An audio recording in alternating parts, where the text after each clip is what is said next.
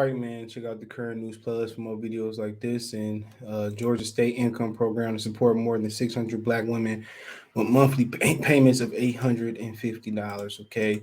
Um, one of my subs might want me to speak on this. Man, I've seen this.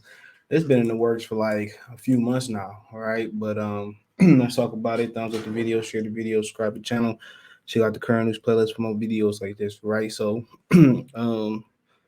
and people saying, well, why the men don't get help, this, that, and the third. Well, we already know, state, if you're a single father, and let's say you got your kids, and the state still less likely to help you than a woman. Okay, it's a facade, or it's a false statement when people say more Black people on welfare, and they say, well, welfare is part of reparations. Not true. More white people get welfare.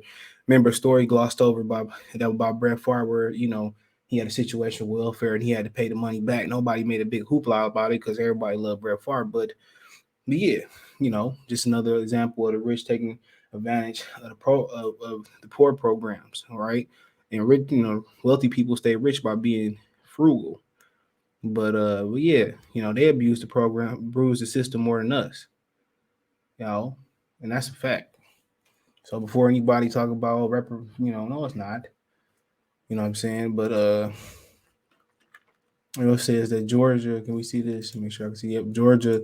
New guaranteed income program called In Our Hands aims to support more than 600 Black women across the Peach State with $850 per month. The new initiative, which was announced on December 8th, hopes to dole out the financial support for at least 2 years, according to the organization's website. In Her Hands is spearheaded by Georgia, what was that? Resilience and Opportunity Fund, Growth Fund. Hopefully, I said that right. Which comprised of a group of local elected officials and nonprofits. The new program is empowered by Give Directly, an organization that allows donors to give money to poverty-stricken families across the globe. As of December 13th, the Growth Fund has generated over $9 million in donations. So, Hope W says today the Growth Fund launches Her In Her Hands initiative. $13 million project will provide a guaranteed income of $850 to 600 Black women across Georgia, providing economic stability and a step towards ensuring her future in her ensuring her future in her hands. Big thank you to Give Direct and Amir for Atlanta. Okay, let's see what Amir from Atlanta is real quick. You want to bark? So yeah, Amir from Atlanta is a non-Black Atlanta City Council. Okay, and like I said before, man, if we got more. But I'm gonna say this real quick: if you a man, bro, no matter the color or the ethnic background, they not trying to help you. If you look on the street, there's more homeless men than women, and that's not always due to the system, but I'm gonna say like 80-90% of it is due to the system more willing to have um, you know homes for women and programs for women, abused and battered women, and women who made mistakes, and that's probably why men. A man of a certain number, they used to we survive more. People say, "Well, it's more women with their shit together." Well, they got programs.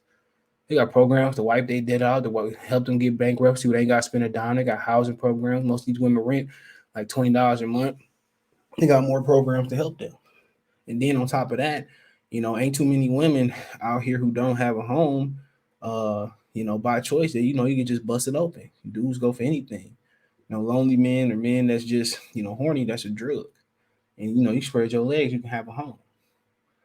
So if you homeless, it's by choice about drugs. But they still more willing to get a woman clean and get her back on her feet. How many movies you seen, like losing Isaiah for men? None. We expected to bounce back. We expected to pay all this child support and find a way and make a way. And then when you making a way and you got another income, the baby mama asks the kids where you get money from and what you got, and then they find out you getting some more money, then they want to put their hands on that money. You know what I'm saying? So we they talking about women are strong. Well, women ain't really stronger than men. So I'm not talking about a physical support. They just got more. Physical attributes. I'm talking about women are strong. Well, no women calling card should be that they strong. Don't no nigga want no strong, independent woman, bro. You just settling for one. It says, according to Huffington Post, the initiative will examine how stable cash flow can impact the financial and emotional well-being of Black women living below the poverty line while providing actionable steps towards hopefully tackling the wealth and racial poverty gap. Eligible candidates will receive the supported funds with no additional strings attached. The Growth Fund Executive Director Hope Wolensack said, according to 11 Alive. He said, quote, "In her hands initiative will not only provide greater economic stability for the program participants, but will generate much needed learning on policies to advance an economic shared prosperity." Well, Wolensack told the news outlet added that the cash will be given to individuals and families and to invest in what they need, from providing basic needs of keeping a roof over their head to paying for medical care to investing in their families and futures and maintaining agencies over their lives while doing so. And my thing is this, bro. Um, most of them on Medicaid, you ain't got to pay nothing anyway. But they should, and according to this, they should have them go through a program showing that how to create different cash flow funds, because most of the women they don't know how to spend money, they don't know how to save money. Most men can't spend money, can't save money because of women. So they should be showing them how they can spend their money into making their money more money. They should have to go through a class or classes while they get this money, and before they get this money they should have to go through welfare, not welfare, but real estate classes to show how you don't need much money to invest in real estate, and cryptocurrency classes to how to invest into the stock market class instead of going. They ain't do nothing by Gucci and try to keep up with the trends going today. Show them how to own part of Gucci, how to own part of how to own parts of Nike. Provide them with a financial advisor to show them how to invest this money and make more money for them. While they getting this money, they should have to go to a class a month, or they should have to go through a certain amount of classes, in person and virtual, however they want to do it. That's how you really do the poverty line. Then I was thinking about how um Joe Biden last night, how he want to tax the rich more. Well, you ain't got to tax the rich more and give it to the poor, because we really never see the money. How about raising minimum wage? That's the best way to tax the rich. Raise it to $20 an hour. You know what I'm saying? You raise it to $20 an hour. That's the best way you can tax the rich. He talking about taxing the rich and do no, just just raise minimum wage. But you know what? That's not his MO, and that's not the MO of Democrats or Republicans. It's not to close the financial and racial poverty gaps. From we really ain't no middle class. It's really, if you got it, you poverty on poverty, or you got it, or you got it. If they really want to close the racial gaps, man, you raise minimum wages. You do more of those real estate classes. Really, they don't want to close it. They don't want you. If it wasn't for the internet, most people who really benefiting from cryptocurrency and really benefiting from investing and all that, they wouldn't know nothing. The internet is spreading information and lets you know what's going on everywhere. Sometimes it's a good thing, sometimes it's a bad thing, sometimes it's a neutral thing. But they really not trying to close that gap. If they was, they'd do what I said. So you just got to get it out the muscle. You got to have hustle. He said black women continue to disproportionately disproportionately impacted by the wage gap crisis. According to the National Partnership for Women and Families, black women in the United States make on average $41,998 a year, compared to the median wages for white and non-Hispanic men, which stands at $65,208 annually. Which this amount to startling differences is 24,000 1100 every year. With the decline of financial support, black women are struggling to provide for their families to save for the future, creating an endless cycle of poverty. The GBPI note that in Georgia alone, 26% of black women live in poverty, to compare to 14% of white women. The wealth disparities of black women have been further exacerbated. Sorry if I'm not by the COVID-19 pandemic. A record number of working black women lost their jobs at height of the economic crisis back in January. Nearly 11,000 black women left the workforce due to economic hardship. The Bureau of Labor Statistics revealed in a report that August jobs report detailed that the startling reality of knowing that industry like children care, hospitality, local government, where black women are largely employed, and experience slower rebounds following the pandemic. So, I mean, what's the black man numbers? What's the black man numbers? Like I said before, women got more support than ever, bro. They got child support, they got welfare, they got Medicare, they got Medicaid, whatever one you get when you were younger. They got a whole bunch of support, bro. They got systems, they got houses for domestic abuse. They got housing programs for women that messed up. When we gonna say like, and I'm not speaking down on, but when we gonna say, well, we gotta make better decisions with your between your legs. Y'all keep having all these damn kids. And we talking about let's go back to the 80s where, teenage pregnancy has been the topic. You keep having babies by dudes who don't want you. You keep having babies by dudes who got babies that don't take care of their babies. Or you keep having babies where you're going through a pregnancy or you having a newborn and you're single. So when we gonna stop doing that? When they gonna start, um, telling black women to get out there, get a job, work hard like us? When they gonna start taxing them and start saying, well, it is what it is. You know better than have a baby or do this, that, and the third. When they gonna start doing that with black women? When will they start? Like I said, a baby is a hustle, bro. I worked at the welfare office when I was younger as security, and I didn't seen them women come in there and say, well, I don't have nowhere, whatever the situation may be, eat, stay, and they will give them an emergency cash and food stamps on the spot. You know what I'm saying? How many of those? How long are we gonna just keep perpetuating this, bro? When are we gonna say, well, you better learn?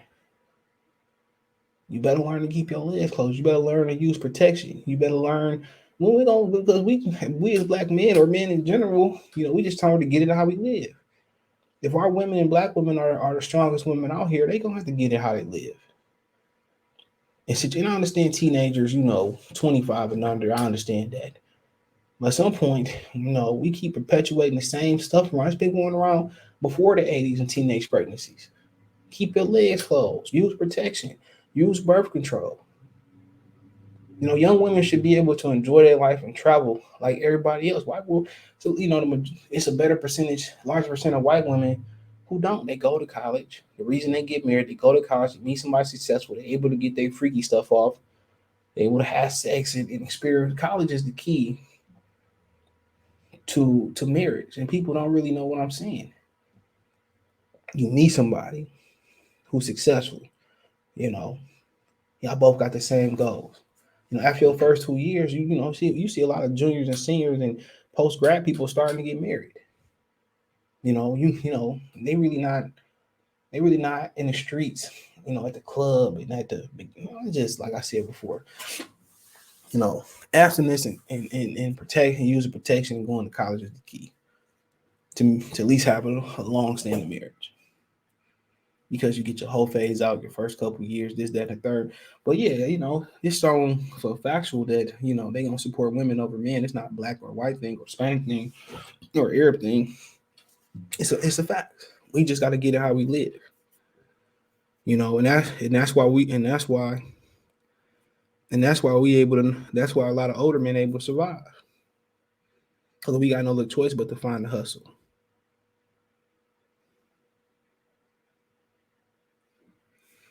We got no other choice but to figure it out. You got homeless dudes who had to go to work and they got no other choice. Women got a way out.